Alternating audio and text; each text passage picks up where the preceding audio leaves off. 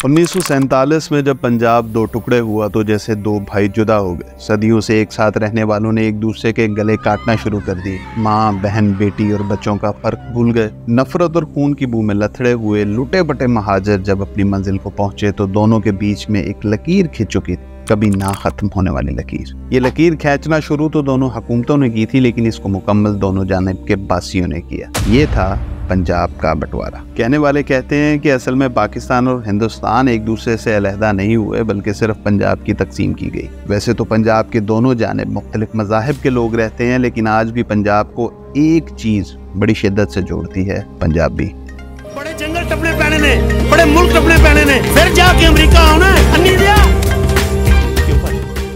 पंजाब की तारीख काफ़ी पुरानी है और 3000 साल पहले इंडस सिविलाइजेशन से जा मिलती है, लेकिन पहला नोटेबल शख्स या हमला आवर जो पंजाब में आया वो अलेक्जेंडर द ग्रेट यानी सिकंदर आजम था। पंजाब के एक बड़े हिस्से पर इस वक्त राजा पोरस की हुकूमत थी, यानी जेहलम और चनाब के बीच के इलाके पर। पोरस के बिल्कुल साथ यानी इंडस रिवर और जेहलम के बीच के दरमियान के इलाके पर पोरस के कजन ओम्फिस की हुकूमत। जिस तरह 1947 में पंजाबियों ने अंग्रेज़ों के आने पर बजाय अंग्रेज़ों से लड़ने के आपस में लड़ाई शुरू कर दी और एक दूसरे के गले काटने लगे थे, ठीक 2000 साल पहले सिकंदर के आने पर भी पंजाबियों ने यही किया, यानी ओम्फिस बजाय पोरस की मदद करने के उसके खिलाफ सिकंदर आजम के साथ खड़ा हो गया। यानी आपस में लड़ने की बीमारी हमारे अंदर काफ़ी पुरानी है। ये और बात है कि जंग लड़ने के बाद सिकंदर आजम पोरस की बहादुरी से इतना मुतासिर हुआ कि पोरस को उसकी सल्तनत वापस कर दी गई। पंजाब में मुसलमानों और सिखों के दरमियान नफरत का पहला बीज शायद मुगल दौर में बोया गया था, जब शहनशाह जहांगीर की हिरासत में सिखों के 5वें गुरु अर्जुन देव साहिब की मौत हुई और उसके बाद बादशाह औरंगजेब के कहने पर सिखों के 9वें गुरु तेग बहादुर साहब की चांदनी चौक में सरेआम गर्दन उतार दी गई। हालांकि ये लड़ाई मजहबी लड़ाई से ज्यादा हुक्मरानी के लिए और सियासी लड़ाई थी और उस वक्त भी मुसलमानों और सिख अवाम के दरमियान भाईचारा और अमन मौजूद था, बल्कि सिखों के गुरुओं के कत्ल की मुखालफत बहुत से मुसलमानों ने भी की। सिखिज्म के बानी और सबसे पहले गुरु बाबा गुरु नानक साहिब मुसलमानों और सिखों में यकसा मकबूल थे। और फिर सिखों की सबसे मुकद्दस किताब गुरु ग्रंथ साहिब में 2 मुसलमान सूफी पोइट्स की शायरी अभी तक शामिल है। यानी अभी तक सिखों और मुसलमानों के बीच नफरत और मजहब का तड़का बाकायदा तौर पर नहीं लगा। वीडियो को थोड़ा फास्ट फॉरवर्ड करें तो हम पहुंचते हैं मॉडर्न पंजाब के बानी यानी रंजीत सिंह के दरबार। रंजीत सिंह ने तख्ते लाहौर को पंजाब का गढ़ बनाया, कश्मीर, मुल्तान, पेशावर और अमृतसर को अपनी सल्तनत का हिस्सा बनाया। वो इंतहाई माहिर जंगजू और घाघ सियासतदान।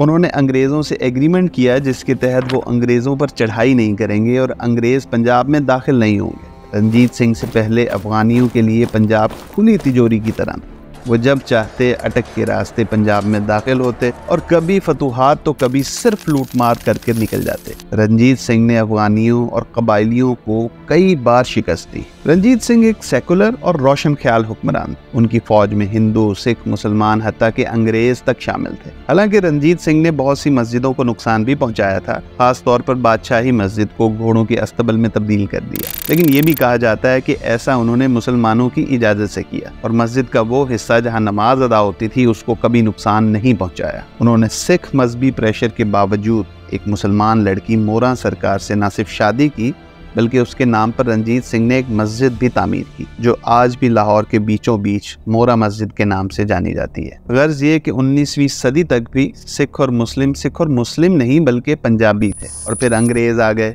उन्होंने पंजाब में नफरत का वो बीज बोया कि पंजाबी को पंजाब से निकालकर मजहब के तराजू में तोल दिया, जहां हर शख्स ने सिर्फ अपने मजहब को ही ठीक समझना शुरू कर दिया। अंग्रेजों ने वोटिंग पावर, मराहत और हुकूमतें सलाहियत की बजाय उनसे वफादारी और मजहबी बुनियादों पर तकसीम करना शुरू की। आहिस्ता आहिस्ता नफरत का ये बीज तनावर दरख्त बनने लगा, हत्ता कि 1940 की दहाई में एक ही बोली बोलने वाले और इकट्ठे बैसाखी और बसंत मनाने वाले एक दूसरे के खून के प्यासे हो गए। सिख और हिंदू पंजाब की तकसीम नहीं चाहते थे, इसलिए कुदरती तौर पर एक साथ थे। मुसलमान एक अलहदा वतन पाकिस्तान बनाना चाहते थे, जिसमें जाहिर है पंजाब की तकसीम भी शामिल थी। इसलिए मुसलमानों और सिखों के दरमियान रकाबत बढ़ती चली गई। फिर आया मार्च 1947, जब पंजाब की तकसीम की किताब के सबसे खूनी चैप्टर का आगाज हुआ। सिख रहनुमा मास्टर तारा सिंह ने खुलेआम रावलपिंडी में पंजाब की तकसीम की मुखालफत की। और नारा लगाया कि पाकिस्तान नहीं बनने देंगे। जवाबन मुसलमान बलवाई सिखों और हिंदुओं पर चढ़ दौड़े। हजारों गैर मुस्लिम मार दिए गए, औरतों की असमत दरी की गई, गाँव के गाँव जला दिए गए और मौत का खूनी रक्स हर तरफ होने लगा। बरसों से आहिस्ता आहिस्ता भड़काए जाने वाले शोले अब तेजी पकड़ने लगे। लुटे पुटे सिख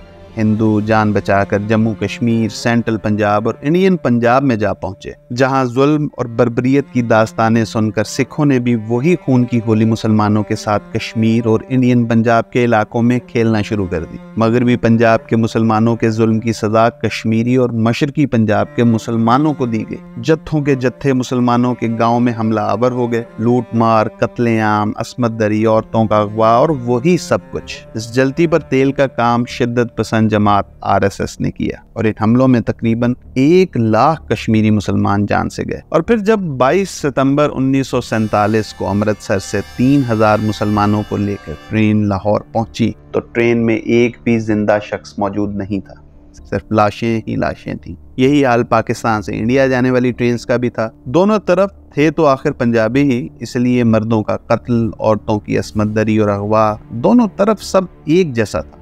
आज 70 साल बाद शायद पंजाबियों को अपनी गलतियों का एहसास होने लगा है। दोनों तरफ के पंजाबी अपना माजी भूलकर दोबारा दोस्ती की राह पर चलने लगे हैं। शायद दोनों को एक दूसरे के कल्चर और जुबान में अपनी झलक नजर आती है, बस बीच में एक लकीर खिंची है और एक पंजाबी चाह कर भी अपने बड़ों की सरजमीन पर नहीं जा सकता। इजाजत दीजिए, अब रख।